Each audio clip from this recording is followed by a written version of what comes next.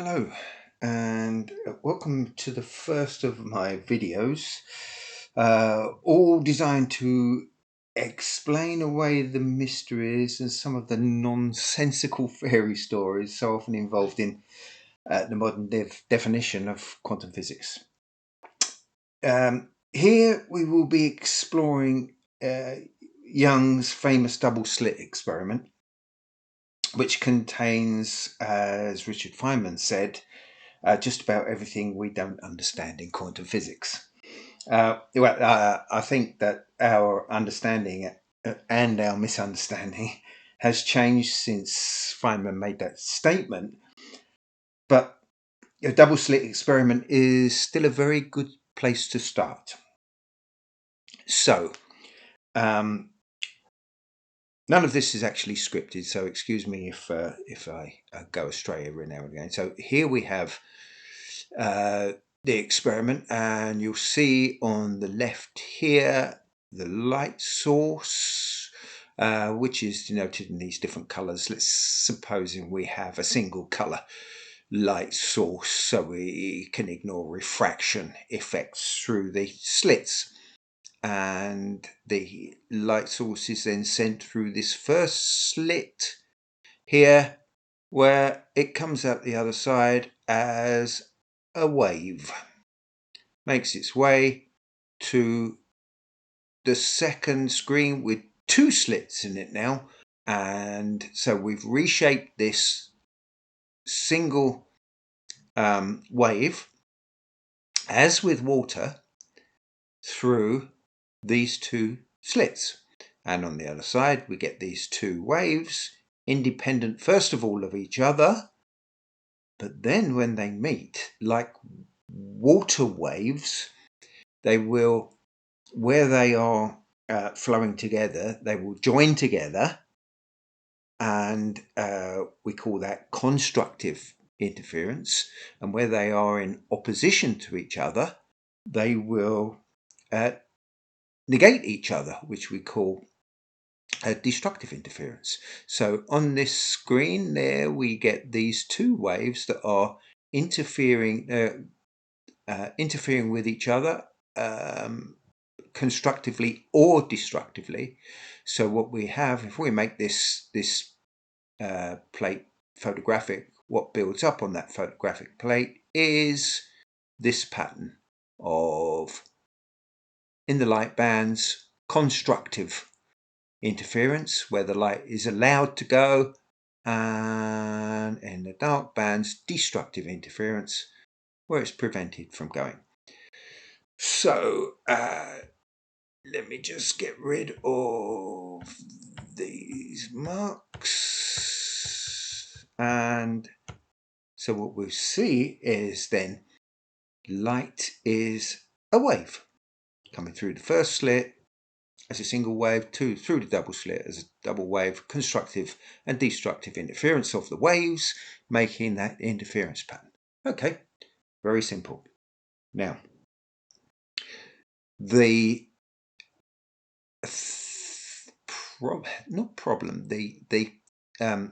mystery here is that when we turn this light source down very low, you can turn a light source down very low so that what you will see coming through this system onto this screen is a single dot. A single dot. So it will come through, make one dot, and you don't know which of these two it's going to come through, and you don't know where it's going to go. They're completely random. There's no pattern. There's no, you really cannot tell where that single piece of light, that photon of light, is going to end up. So this is spitting out single dots of light. So that actually makes light a particle, a single piece, a particle. This is what is now called the wave-particle duality of light. It's one thing, it's another, depending on the light source, I suppose. Mysteriously though, if we leave this on long enough, 1, 1, 1, 1, these random dots will build back up into the interference pattern. You leave it long enough, the interference pattern is reconstructed. Now, if these are single pieces of light, one coming through, it's over. Another one coming through, quite random places. How does it know to build up the interference pattern? And then, okay, let me just get rid of those marks again. Where's my cursor gone? All right.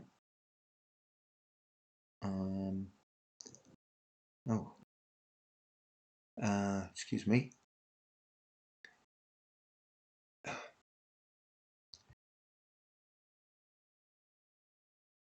was trying to get rid of the cursor using my writing pad and not my my mouse pad. Okay, I beg your pardon. Right, here we go. So these single dots of light here coming through randomly, apparently randomly, build back up into this pattern. Now, if we keep it on the single dots and we want to find out where the photon is coming through, if we put a detector in here, just say we put it there, it's not going to stop the photon, it's just going to detect it on its way through. So it will come through and the single dots will come through. However, the interference pattern has disappeared. This will just be a random amorphous blob. If we put the detector on this side, doesn't matter where we put the detector, any single detector, then the interference pattern disappears. If we take the detector away, then the system seems to know that we're not measuring it. The system seems to understand what we're doing. This has led to what I consider nonsensical theories of systems like this only deciding what to do when we look at them, which is the thing exists. This would happen whether we're looking at it or not. Okay, there it is. That's the mystery. Light is a wave coming through, interference pattern. Light is a particle spitting bullets of light, photons of light onto the screen, eventually building back up into the interference pattern. When we look at the system, the interference pattern, no matter where we look at it, interference pattern disappears.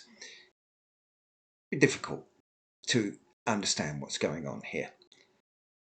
Until this is my solution.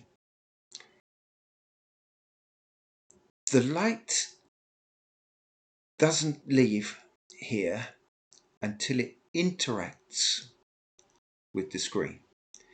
Now, light moves across the distance. As far as the light is concerned, there is no distance.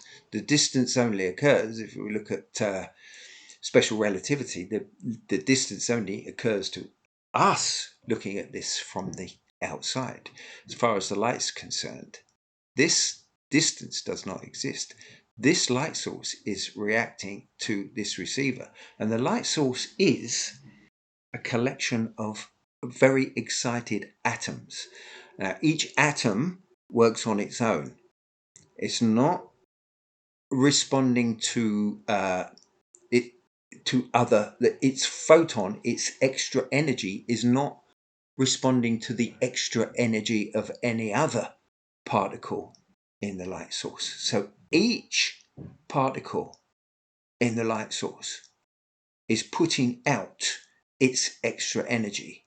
The extra energy is coming out of it in this shape. It's a wave. It's a wave coming out of each individual atom here. Instantaneously, we see this as a distance. The light does not, but we have reshaped this into the interference pattern so that when we have this on full blast, we're seeing this interference pattern straight away, immediately. When we turn the light source down to single particles, it's exactly the same. It's that all we've done is alter the time frame over which this pattern will build out, will build up. So when we got this thing on full blast, these individual waves, which are not interfering with each other from here, this is interference pattern is the wave from a single atom back here. And all of these single atoms have their own waves. So they're all working singly to produce a single spot. Now, this atom back here that's overexcited is looking to dump its extra energy somewhere. So wherever it finds a particle on the screen that's open to receive some energy, then it will respond to it. Boof, boof, boof. So that when we got this thing on full blast, this is happening all the time, and straight away we see an interference pattern. If we turn it right the way down, then one bit at a time comes through, but it doesn't know where it's going to go. But the interference pattern is always there. It's always there. It doesn't make any difference. So turning the light source down doesn't make any difference. What you're doing is altering the time at which the interference pattern will build up. Let me get rid of all these dirty marks. Now I've got a bit carried away there. And hang on a sec. Don't want to take it too far because I'll end up scrubbing out my... Right, okay. Now, if I put in a sensor here, I'm looking to see where that particle is coming through the system. If it's coming through here, when I say it won't stop the photon, it will stop the photon. Of course it will. If we're going to see that it's coming through there, we've got to measure it. So what's happening is that piece of light is reacting to an atom here, and then that atom is reacting to the screen in a wave. So what we have is, on the one side, we have this, whether it's on this side or this side, doesn't make any difference. We have this detector setting up this side, and we have the light source itself setting up this side. So in effect, we have two systems. Across there are two individual systems. So of course, because they're two individual systems, you're not going to get these two waves interfering with each other. One's coming from here and one's coming from here. So it's an atom here that's responding to the screen, or an atom here that's responding to the screen. And that's it. There's no mystery at all. Okay, let me clean that up again.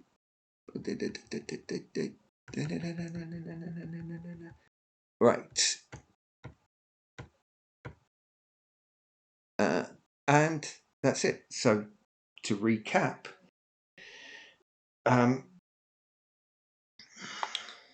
light as a wave interfering with each, we reshape that wave into two waves. We get this interference pattern. As a particle spits out individual photons of light, and we can't tell which slit is coming from. The solution is that the whole of the system only ever works on single pieces of light. And a single piece of light is coming from these individual atoms back at the light source. Individual atoms back at the light source, setting out this system and creating an interference pattern. When we turn the light source down, It doesn't make any difference. It just takes longer to build up. When we put a detector in there anywhere, we end up with two light sources. So the interference pattern is going to break down. And that's it. The important point here is that the photons never had independence. There was never a piece of light that was going through here. It was only ever a wave set up from here. There's the wave, and the particle for the duality of light is the particle on the receiver. So we have a transmitting atom and a receiving atom. The transmitting atom is transmitting in a wave. The receiving atom is a particle response. I'm going to take that idea on to the next video. Hope you'll want to come and have a look at it. And the next video is going to be about quantum entanglement. I'm going to take this idea onto quantum entanglement and eliminate the mysteries involved in quantum entanglement. I hope you will join me there. Thank you for watching. Clean that off and say goodbye.